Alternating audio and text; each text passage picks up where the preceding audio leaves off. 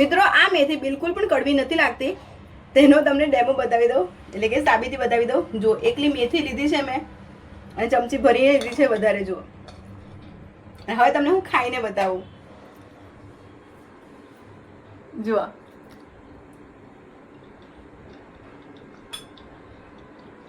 બિલકુલ કડવી નહીં લાગે, કેમ કે કેરીના ખટાશવાળા પાણીથી આ મેથી ફૂલી છે, તો કડવાશ હટે ને, જે મેથીની કડવાશની અંદર ખટાશ મિક્સ થઈને જે ટેસ્ટ બને છે ને, તમે ક્યારે આવું અથાણું નહીં ખાધું હોય તો ચોક્કસથી બનાવજો. આવું ઇન્સ્ટન્ટ કેરી મેથીનું અથાણું, અને મને કોમેન્ટમાં જણાવજો તમને મારી આ રેસીપી કેવી લાગી તે. કેમ છો મિત્રો, સ્વાગત છે આપ સૌનું.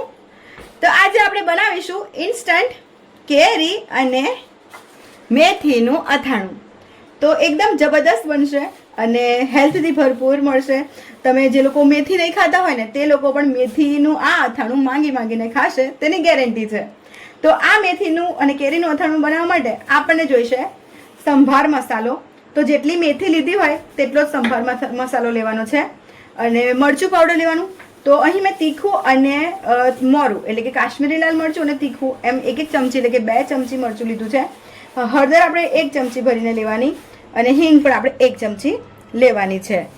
તો અહીં મેં 400 ગ્રામ કેરી લીધી છે. તો અહીં મેં રાજાપુરી કેરી લીધી છે. તમે કાચી કેસર, તોતાપુરી, કોઈ પણ કેરી આવી કાચી કડક હોય ને, તાજી જોઈ શકો છો, એકદમ કડક છે, તો આવી કેરી લેશો ને તો અથાણું સરસ બનશે. અને હું એવી રેસીપી તમારી સાથે આજે શેર કરીશ જે ઇન્સ્ટન્ટ અથાણું છે, પણ તમે લાંબા સમય સુધી સાચવી પણ શકશો. તો ચાલો આપણે પહેલા કેરીને સમારી લઈએ.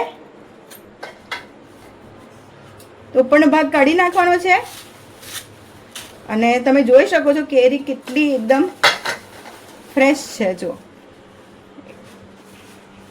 એકદમ ફ્રેશ કેરી આવી રીતે લેવાની છે,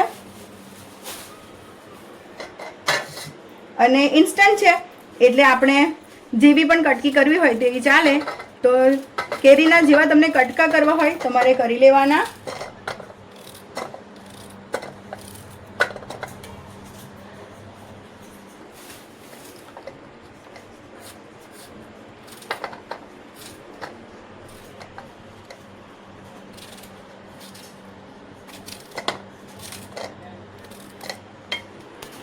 તો મિત્રો અહીં મેં કેરીની કટકી સરસ કરી લીધી છે. તમને જેવી પસંદ હોય તેટલા માપમાં તમારે કરવાની છે. તો હવે આપણે અથાણું બનાવવાની શરૂઆત કરી લઈએ. તો આ અથાણું ઝટપટ બની જશે, પણ ખાવાની મજા આવશે અને શરીર માટે ખૂબ જ ગુણકારી રહેશે. તો ચોક્કસથી આ વિડીયો પૂરો જોજો અને બનાવજો, અને પછી મને કોમેન્ટમાં કહેજો તમને કેવી લાગી આ રેસીપી તે.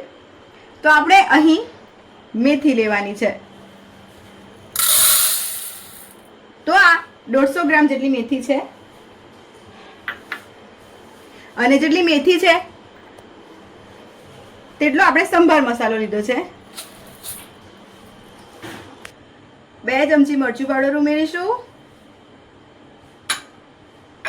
1 ચમચી હળદર પાવડર ઉમેરીશું,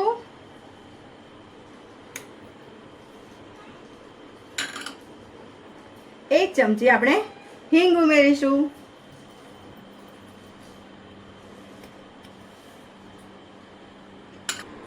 અહીં આપણે 2 ચમચી મીઠું ઉમેરીશું.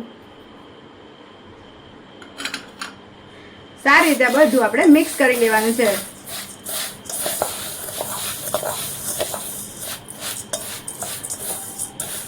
મિત્રો મેથી આપણા શરીર માટે ખૂબ જ ગુણકારી છે.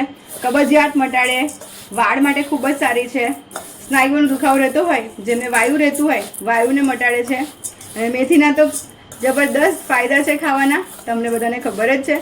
તો આ મેથીનું અથાણું જરૂરથી બનાવજો, કેરી મેથીનું અથાણું. તો બધું સારી રીતે મિક્સ કરી લીધું ને આપણે. હવે આપણે કેરી ઉમેરી દઈશું.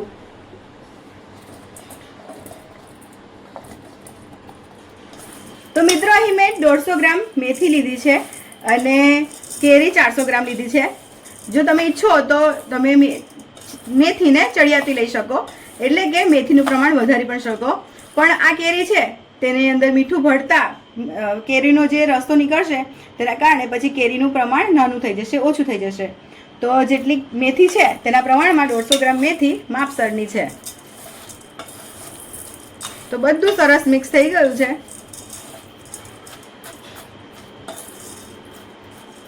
હવે આ સરસ રીતે મિક્સ કર્યા બાદ આપણે આમ કરીને દબાવીને મેથી અને કેરીને સરસ આવી રીતે દબાવી રાખવાની છે. એટલે કે આ દબાવી દેવાનું છે સરસ સારી રીતે, બિલકુલ પણ હવા ના જાય એવી રીતે પ્રેસ કરીને દબાવી દેવાનું, જેથી જે આ મીઠું લાગ્યું છે કેરીમાં એ મીઠું જવાના કારણે કેરીમાંથી જે પાણી નીકળશે, કેરીનું પાણી, તેના કારણે એ જ રસાના કારણે આપણી મેથી સરસ ફૂલશે કેરીના પાણીથી.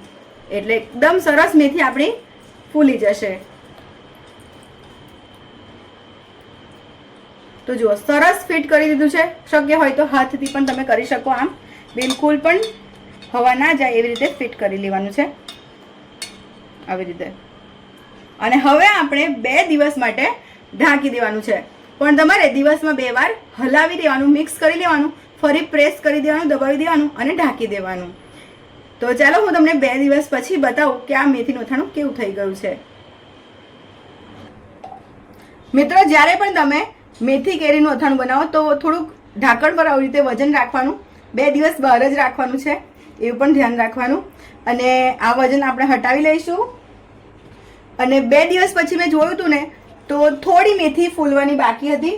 કેરીનું પાણી શોષ્યું નહોતું મેથીએ. પણ 3જા દિવસે તમે જોઈ શકો છો મેથીનું રિઝલ્ટ.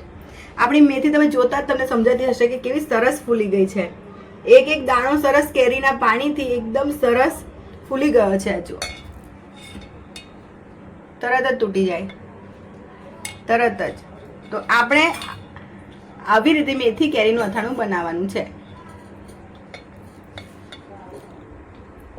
હું તમને ફેરવીને બતાવું. તો ઉપરનો દાણો સરસ ફૂલ્યો હોય એટલે સમજી લેવાનું કે છેક નીચેની મેથી પણ આપણી સરસ કેરીના પાણીથી ફૂલી ગઈ છે. તમે જોઈ શકો છો એકદમ કોરું કોરું છૂટું છૂટું મેથી અને કેરીનું અથાણું બનીને તૈયાર થઈ ચૂક્યું છે. અને જે લોકો મેથી નથી ખાતા, ફરીથી કહી દઉં, તેઓ મેથી જરૂરથી ખાશે. આ વિડીયો જોઈને જો બનાવશે ને તો જો મેથી એટલી સરસ લુખ્ખી લુખ્ખી ખાવાનું મન થાય ને તે એટલું સરસ આપણું આ અથાણું બને છે. તો જેમને પણ સાંધાના દુખાવા હોય, કબજિયાત હોય, પેટમાં ગેસ બનતો હોય તો તેમણે આ અથાણું તો ચોક્કસ બનાવીને ખાવું જોઈએ. તમે આ અથાણુંને તેલ વગર આવું ને આવું બનાવીને પણ ખાઈ શકો છો. અને ફ્રીજમાં રાખવાનું જો તેલ વગર બનાવો તો. અને તેલ સાથે બનાવો તો તેલમાં ડૂબાડૂબ રાખવાનું આ અથાણું. અને તમે આખા વર્ષ માટે પણ આવી રીતે બનાવીને પણ ઇન્સ્ટન્ટ કેરી મેથીનું અથાણું આખા વર્ષ માટે તેનો આનંદ લઈ શકો છો. કેવી સરસ મેથી ફૂલી ગઈ છે. તો હું તમને ખાઈને પણ બતાવું કે આ મેથી બિલકુલ પણ કડવી નથી લાગતી. મિત્રો, આ મેથી બિલકુલ પણ કડવી નથી લાગતી. તેનો તમને ડેમો બતાવી દઉં, એટલે કે સાબિતી બતાવી દઉં. જો એકલી મેથી લીધી છે મેં અને ચમચી ભરીને લીધી છે વધારે. જુઓ, હવે તમને હું ખાઈને બતાવું.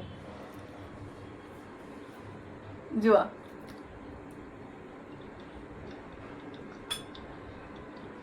બિલકુલ કડવી નહીં લાગે.